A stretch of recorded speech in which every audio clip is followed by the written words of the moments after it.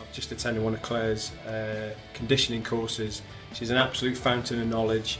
I've got a massive amount of information from today, and I feel I've got a million and one questions that I want answering as well, and she's got most of the answers, which is great.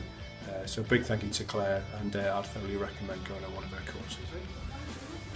Myself, my background, I work in rehabilitating soft tissue injuries.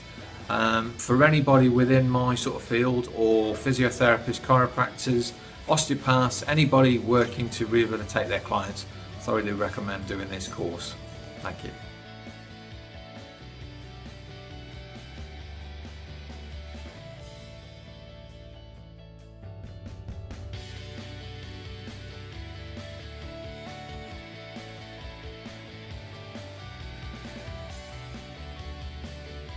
Hi, I'm Dr. Claire Minshall, founder of Get Back to Sport, and I'll be taking the Strength and Neuromuscular Conditioning for Rehabilitation course.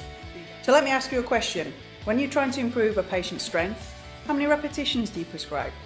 Is it 5? Is it 10? Is it 12? Is it 15? And what makes them stop at that number of repetitions? In this course, we'll be looking at the specificity, the progression, and the overload. Those are the three key principles that you need to address when you're designing a progressive resistance training program that promotes long-term and sustained adaptation and muscle strength.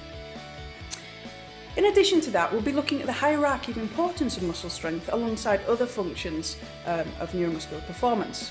So think about an injury scenario. It takes less than 1/3 of a second to rupture your ACL. So we're thinking in these situations, it's not the maximal muscle strength that's the most important, it's the ability to develop a meaningful level of force very, very quickly. So that's a rate of force development and the electromechanical delay, the switch on times of muscles.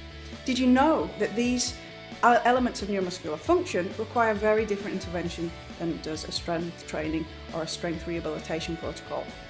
So we'll look at the theory, we'll look at the hierarchy of importance of these aspects of neuromuscular function, and we'll look at how we can intervene to adapt them in rehabilitation settings optimally.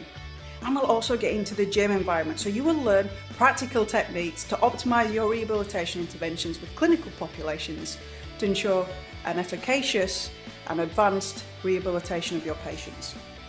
So these courses sell out pretty quickly in the UK, so make sure you don't miss out. I look forward to seeing you soon.